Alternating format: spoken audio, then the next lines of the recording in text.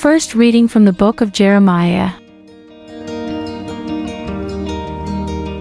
In those days, the princes said to the king, "Jeremiah ought to be put to death. He is demoralizing the soldiers who are left in this city, and all the people, by speaking such things to them. He is not interested in the welfare of our people, but in their ruin." King Zedekiah answered, "He is in your power." For the king could do nothing with them. And so they took Jeremiah and threw him into the cistern of Prince Malchiah, which was in the quarters of the guard, letting him down with ropes. There was no water in the cistern, only mud. And Jeremiah sank into the mud. Ebed-melech, a court official, went there from the palace and said to him, "My lord king, these men have been at fault in all they have done to the prophet Jeremiah, casting him into the cistern. He will die of famine on the spot, for there is no more food in the city." Then the king ordered Ebed-melech the Cushite to take 3 men along with him and draw the prophet Jeremiah out of the cistern before he should die.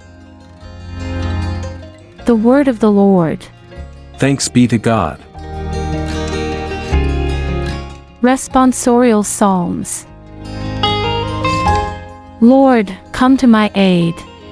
Lord, come to my aid. I have waited for the Lord, and he stooped toward me. Response.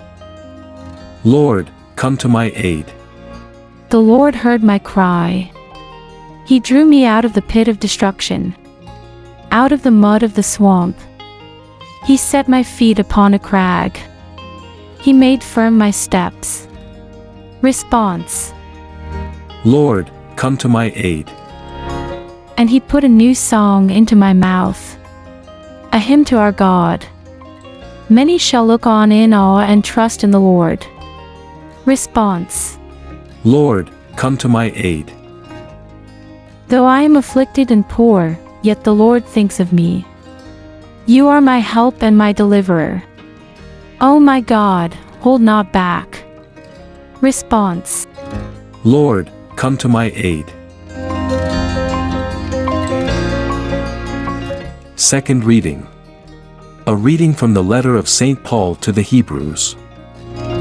Brothers and sisters, since we are surrounded by so great a cloud of witnesses, let us rid ourselves of every burden and sin that clings to us, and persevere in running the race that lies before us, while keeping our eyes fixed on Jesus, the leader and perfecter of faith. For the sake of the joy that lay before him, he endured the cross, despising its shame, and has taken his seat at the right of the throne of God. Consider how he endured such opposition from sinners, in order that you may not grow weary and lose heart. In your struggle against sin, you have not yet resisted to the point of shedding blood. The word of the Lord. Thanks be to God. A reading from the Holy Gospel according to Luke. Jesus said to his disciples, "I have come to set the earth on fire. And how I wish it were already blazing. There is a baptism with which I must be baptized. And how great is my anguish until it is accomplished. Do you think that I have come to establish peace on the earth?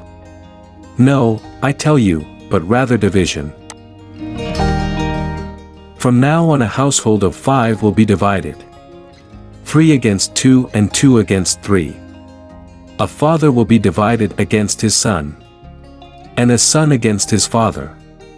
A mother against her daughter, and a daughter against her mother. A mother-in-law against her daughter-in-law, and a daughter-in-law against her mother-in-law." The Gospel of the Lord. Praise to you, Lord Jesus Christ.